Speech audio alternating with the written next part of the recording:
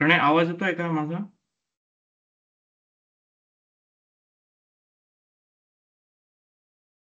Hello.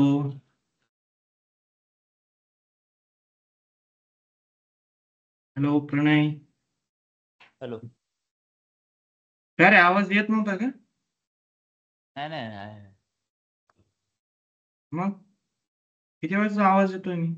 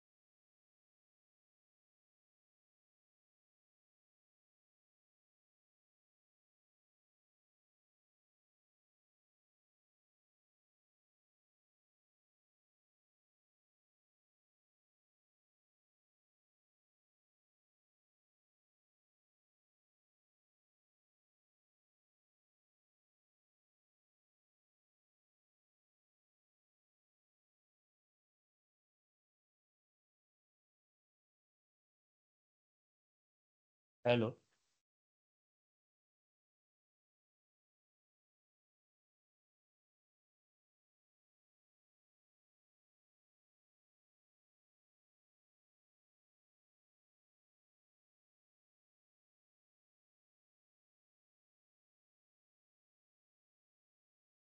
Okay प्रणय, so आपण आता पुढे घेऊ.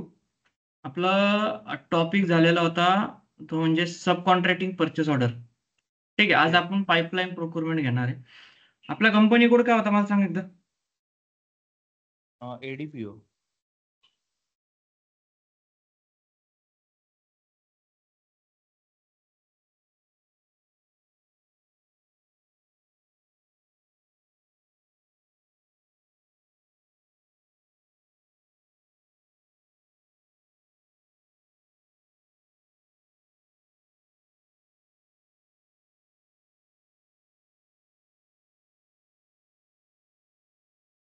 एडीपी आपला कंपनी कोड होता. ठीक आहे.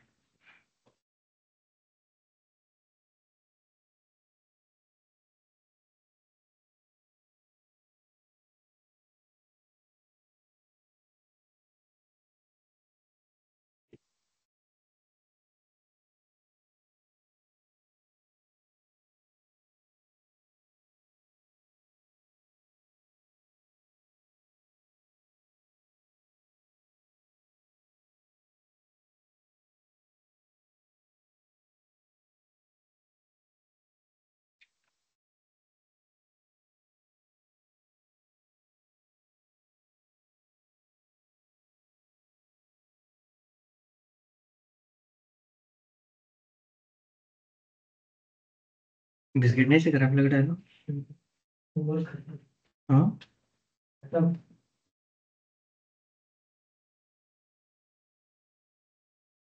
प्रणय, फक्त मला 2 मिनिटं दिवस. ओके.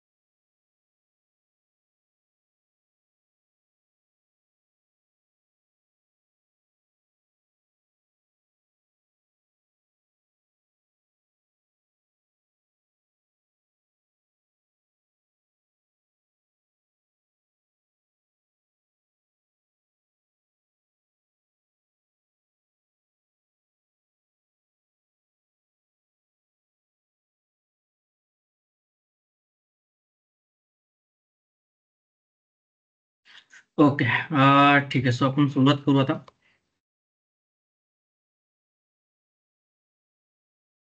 आपल्याला घ्यायचं आज पाईपलाईन प्रोक्युरमेंट. प्रॅक्टिस कुठपर्यंत झाली तुझी प्रणय?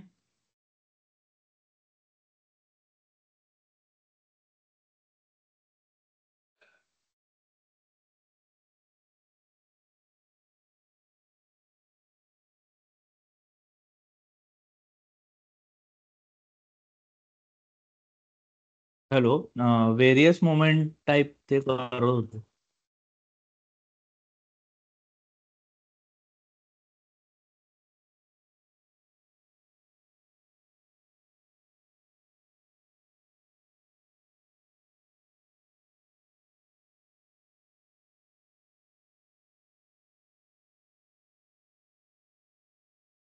ठीक आहे. आज का बघू पाईपलाईन प्रोक्युरमेंट. मी याच्यात सांगितलं होतं की आपल्याकडे हा हो आपल्याकडे स्टँडर्ड मटेरियल टाईप आहे. त्याच्यामधलं एक मटेरियल टाईप होतं तुमचं पाईपलाईन मटेरियल. ठीक आहे. त्यातलं आपल्याला काय करायचंय, त्याची प्रोक्युरमेंट कशी होती ते बघायचं आपल्याला. एक लक्षात घ्यायचं. पाईप मधलं कोणत्या मटेरियल पास होतं? तर आपले gas, oil, gas, liquid, oil, liquid. हे पदार्थ तुमचे पाईप मधनं फ्लो होतात किंवा पास होतात. तर आता मला एक लक्षात घ्यायचं की पाईपलाईन प्रोक्युरमेंट मध्ये यामध्ये फिजिकल इन्व्हेंटरी मेन्शन केली जात नाही. जसं बाकी प्रोक्युरमेंटचं आपण GRN करायचो, स्टॉक दिसायचा, ते दिसायचं, तसं तुमचं फिजिकल याच्यामध्ये पाईपलाईन प्रोक्युरमेंटमध्ये तसं इन्व्हेंटरी दिसत नाही किंवा स्टॉक दिसत नाही. हे लक्षात घ्यायचं. ओके. आता हे व्हेंडर टू प्लांट एवढंच पाईपलाईन असतं. ठीक आहे. डायरेक्ट व्हेंडरकडनं तुमच्या प्लांटमध्ये येणार. मग आता आता आपल्याला जेवढं ऑइल पाहिजे किंवा जेवढं लिक्विड काही पण पाहिजे आहे तेवढंच आपण काय करतो, व्हेंडरकडनं घेतो. मग हे मटेरियल इझिली अवेलेबल मार्केटमध्ये असतं. ठीक आहे.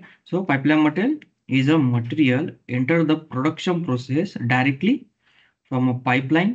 No physical inventory mention or a form. They are not managing inventory management in a plant. आपण असं याला म्हणू शकतो की याचं इन्व्हेंटरी ठेवली जात नाही. मग आता याचं प्रोक्युरमेंट करायचं कसं आपण ते बघू. आता आपण काय करू, एक मटेरियल क्रिएट करू सगळ्यात पहिले. सो फर्स्ट स्टेप असणार तुमची क्रिएट मटेरियल. Transaction MM01. इथे गेलो, इथे इंडस्ट्री सेक्टर घेणार आपण, mechanical engineering.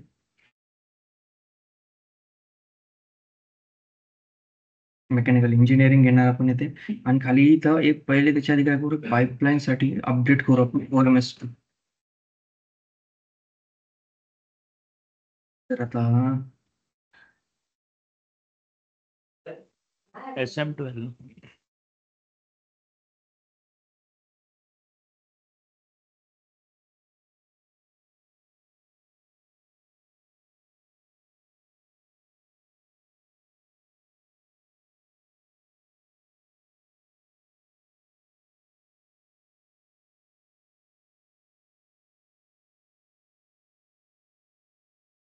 Position EIP pipe single clay selection quantity वाला अपडेटिंग.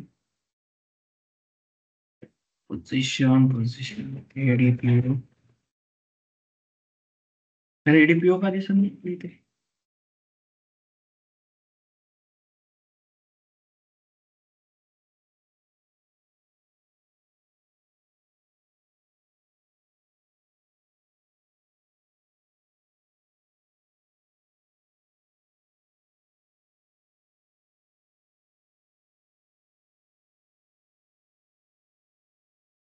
मला ADPOच्या माहितीच नाही आपल्या कंपनी. PZ10 करा ना मग.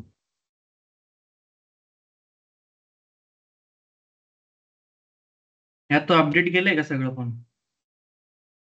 परचेस ऑर्गनायझेशन कुठे येते? परचेस ते ऑर्गनायझेशनच नाही सगळं बनवत आहे. रेडी होतं म्हणून. नाही, हे काय इथं कुठे दिसतंय परचेस ऑर्गनायझेशन? ठीक आहे, जाऊ दे. ADPOच बरेच म्हणजे वेळ केलं. सगळं वाटतं डिलीट झालं. कोणतं डिलीट केलं असेल ते. ADPO नाहीच आहे कंपनीच्या. SZ10 बघा ना. मध्ये एक काम करतो मी. माझ्याच कंपनीमध्ये बघतो आता.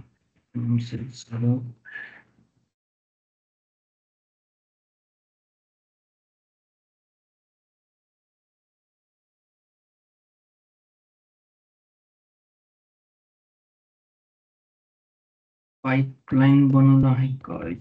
पाईपलाईन. ओके, आपण एक काम करू, माझ्या प्लांट मध्ये बनवू पण एकदा. कारण काय त्याला ऑप्शन नाही दुसरा आता.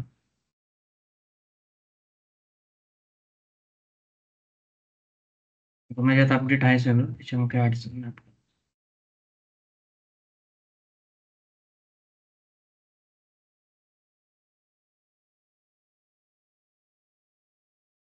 ओके,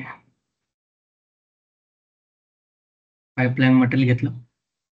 त्यानंतर मी इथं मटेरियलचं नाव टाकून देतो, म्हणजे सपोज येईल आपल्याला.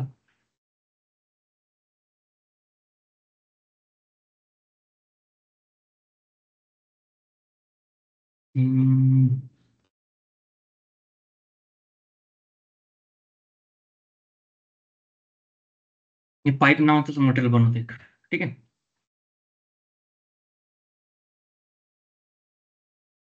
सेम इथं आपण डिस्क्रिप्शन सेम ठेवू, PIP म्हणजे आपलं सोपं जाईल समजा. त्यानंतर इथं बेस युनिट ऑफ मेजर टाकायचं इच.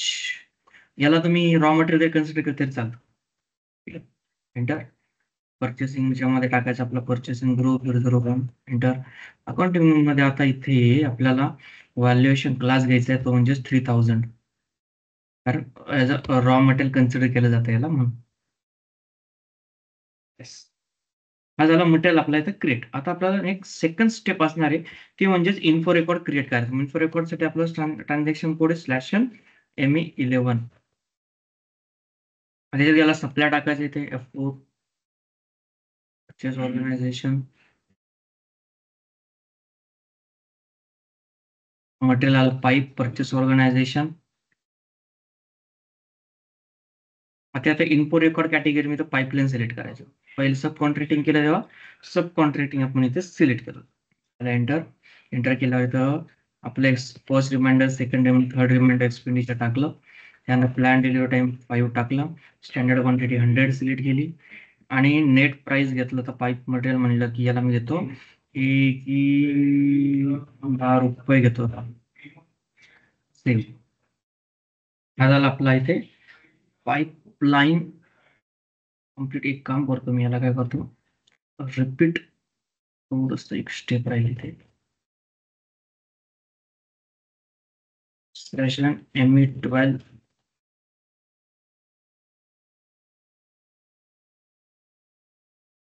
इथे गेल्यानंतर टॅक्स कोड टाकावा लागतो. इथे नॉर्मली ज्या तुम्ही पाईपलाईन करतात इथं टॅक्स कोड असतो. ओके, इनपुट आणि आउटपुट आता हे तुमचे चेंज होत राहतात. हे तुमचे कोण चेंज करतो? फिकोवाले तुमचे कंटिन्यू चेंज करत असतात. त्याच्यामुळे आपण इथे सांगू शकत नाही की स्टँडर्ड कोणता. इथे GST वगैरे टॅक्स असतात ते तुम्हाला सिलेक्ट. आता कंपनीत गेल्यानंतर टॅक्स हा तुमचा कॉमन असणार आहे, तो ऑलरेडी सेट असणार आहे. इथं तुमची प्रॅक्टिस सर्व्हर आहे, इथे सेट नसणार. म्हणून मी याला काय करतो, त्याला इनपुट टॅक्स घेऊन टाकतो मी इथे, ठीक आहे, ॲज अ प्रॅक्टिस म्हणून. आता आपण इथे घेतल्यानंतर आता आपण याच्यामध्ये ना PRPO क्रिएट करत नाही, ठीक आहे.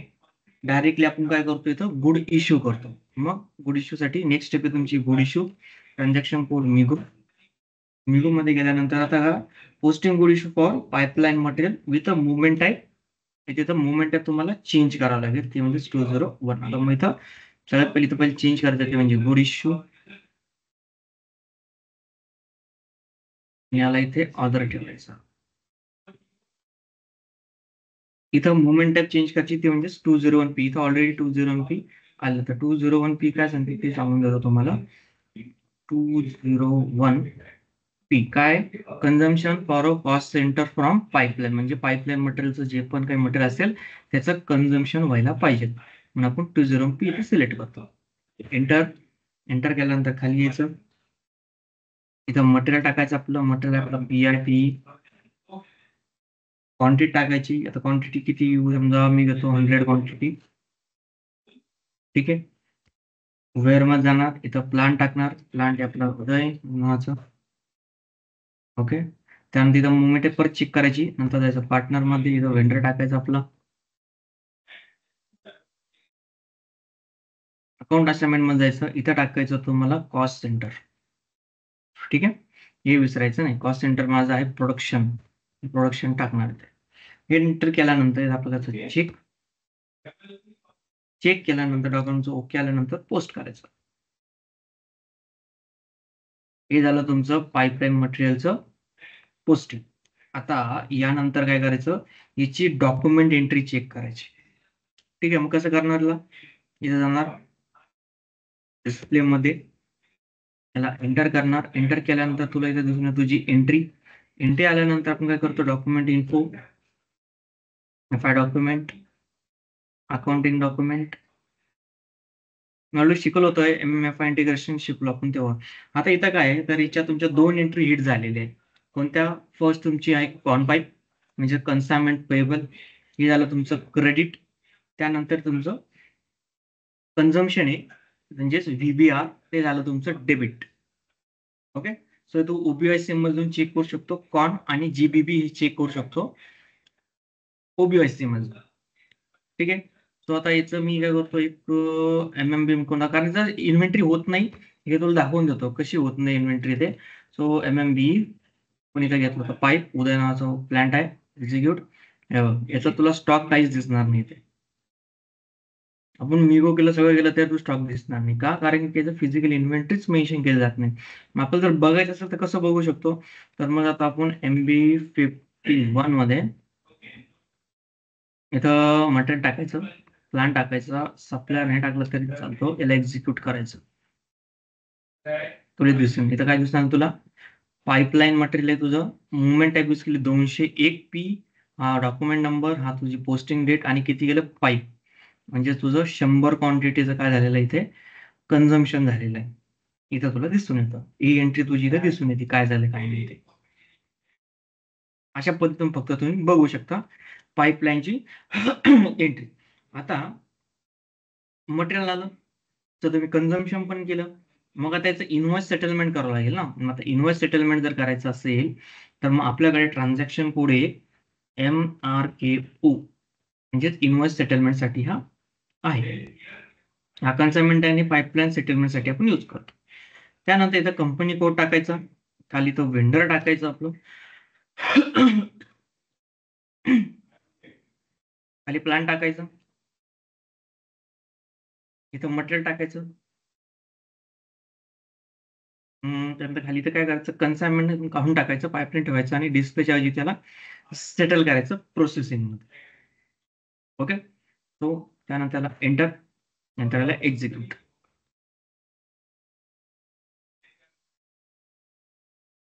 इथं आपल्याला काय आला, एक एरर आला.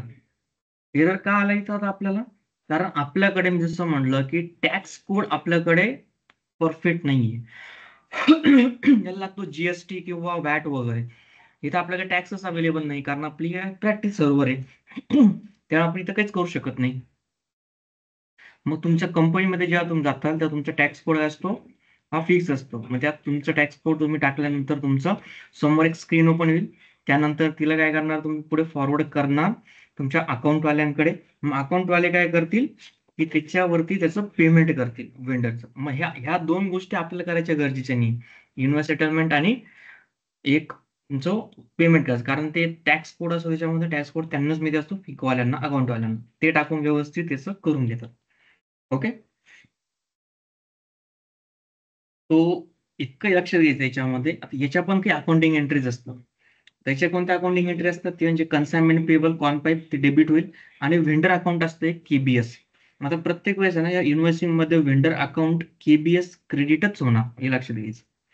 व्हेंडरच्या अकाउंटला पैसे जाणारे आहे. मग जो आपण मेन्शन केलं होतं की पैसे घेतले म्हणजे काय, सॉरी पैसे गेले म्हणजे काय, क्रेडिट. मग ते क्रेडिट झालं त्याच्या अकाउंट. मग आपण जेव्हा इन्व्हॉइसिंग करतो तेव्हा एक्स्ट्रा ट्रान्झॅक्शन येतं म्हणजे 18% GST.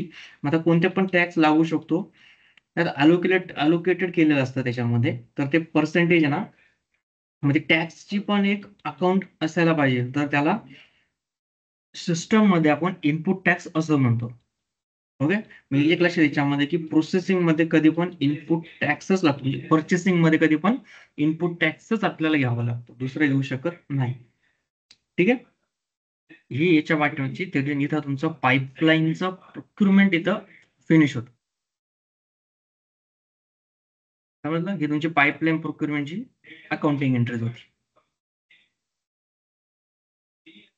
ओके. समज प्रणय काही अडचण? ठीक आहे. प्रॅक्टिस कर याच्यावरती व्यवस्थित. काही जर अडचण आली तर सांग मला, मी तुला क्लिअर कर. तर फक्त इथपर्यंतच करायचंय पर्यंत. पुढच्या गोष्टी त्या ज्या MIRO टाकलं मी किंवा MKRO टाकलं किंवा मी हे यूज केलं F-53, ह्या गोष्टी आपल्याला करायची गरज नाही याच्यामध्ये. ह्या कोण करत? तुमचं अकाउंटवाले करतं, कारण टॅक्सेशन कोड त्यांनाच माहिती असतात सगळे. आपल्याला ते सांगत नाही की आपल्याला माहिती पण नसतात. ठीक आहे. ओके. तुला काही अडचण आहे याच्यामध्ये याच्या आधीचं काही? नाही, मी म्हणजे ग्रुपवर टाकत असतो, पण ते हम्म, हम्म, सॉल्व्ह हम्म. झाले वाटतं. हा, ते काही गोष्टी सॉल्व्ह होऊन जातात. आता मला जसं टाइम भेटला तसं मी काही गोष्टी सॉल्व्ह करतो, किंवा जसं मला वेळ भेटला तसं मी तुला सोल्युशन देत राहील त्याच्यामध्ये. हो हो. म्हणजे प्रॅक्टिस पहिला कर. जो होता ना हम्म. सॅपचा जो सर्व